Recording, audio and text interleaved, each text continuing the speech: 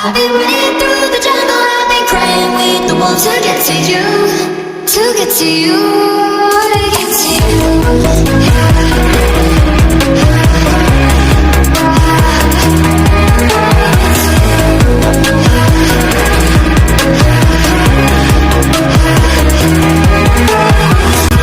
Your fingers get you to places.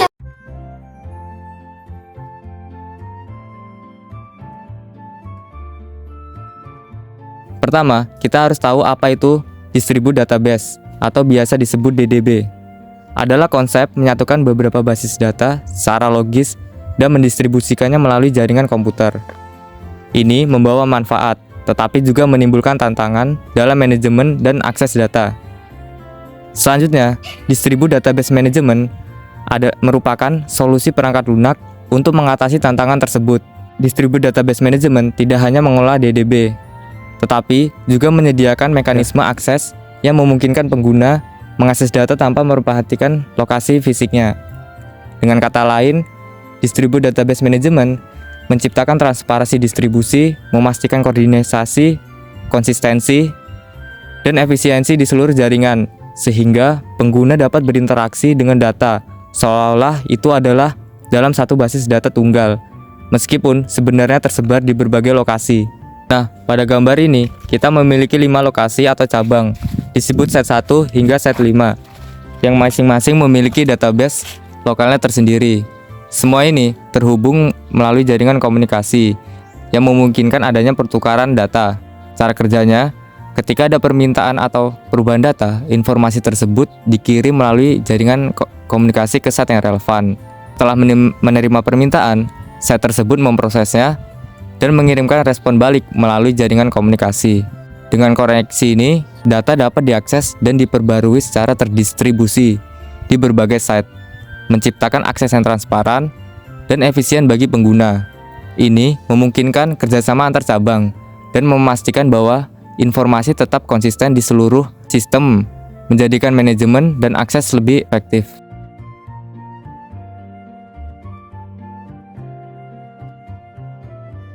Pertama, kumpulan data yang digunakan bersama saling berhubungan dengan secara logis. Yang kedua, data dibagi menjadi fragmen yang lebih kecil, bisa direplikasi atau dialokasikan ke semua situs terhubung. Yang ketiga, setiap site terhubung satu sama lain melalui jaringan komunikasi. Yang keempat, data yang terdapat pada masing-masing site berada di bawah kontrol atau pengawasan DBMS. Yang kelima, DBMS yang terdapat pada setiap site dapat mengatur aplikasi-aplikasi secara otonom. Yang terakhir, setiap DBMS terlibat dalam minimal satu aplikasi global. Ada dua jenis sistem basis data terdistribusi yang harus kita pahami. Yang pertama, homogeneous dan heterogeneous. Homogeneous adalah ketika kita memiliki database terdistribusi, di mana data tersebar di beberapa komputer, namun semuanya menggunakan DBMS yang sama. Ini berarti struktur tata kelola data seragam di seluruh jaringan, memudahkan koordinasi dan konsentrasi. Dan selanjutnya, heterogeneous adalah kebalikannya. Pada model ini, data didistribusikan menggunakan DBMS yang berada, meskipun ini memberikan fleksibilitas dan dalam pemilihan sistem basis data lokal. Tantangan muncul karena perbedaan struktur dan cara data setiap titik. Oleh karena itu, lingkungan heterogen perlu diterapkan mekanisme khusus untuk memastikan keterpaduan dan interoperabilitas di antara berbagai sistem basis data yang berbeda.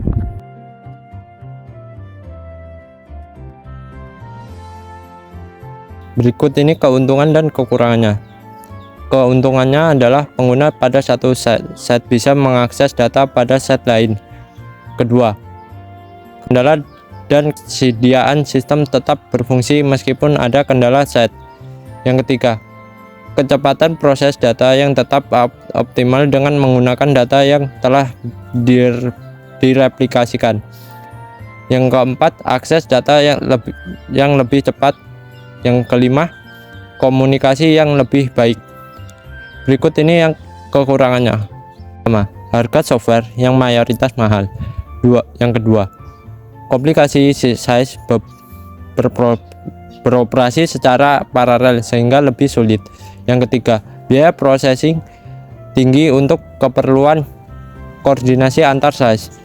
Yang keempat, sulit menjaga keuntungan data disebabkan pengaksesan dan data yang berlebihan.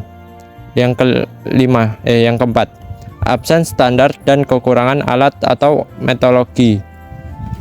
Yang kelima, kebutuhan akan penyimpanan dan infrastruktur yang tinggi. Contoh distribusi data manajemen. Yang pertama, Apache Cassandra dirancang untuk menyediakan skalabilitas linear. MongoDB menggunakan model dokumen untuk menyimpan data. Yang ketiga, MySQL Cluster dirancang khusus untuk distribusi dan kesediaan tinggi. Yang keempat, Archer RAC mendukung distribusi dan replikasi data di beberapa node. Yang keempat, Google Spanner dirancang untuk kebutuhan skala global. Yang kelima, Microsoft SQL Server Allow on Available Group mendukung replikasi data beberapa node untuk meningkatkan ketersediaan dan kendala.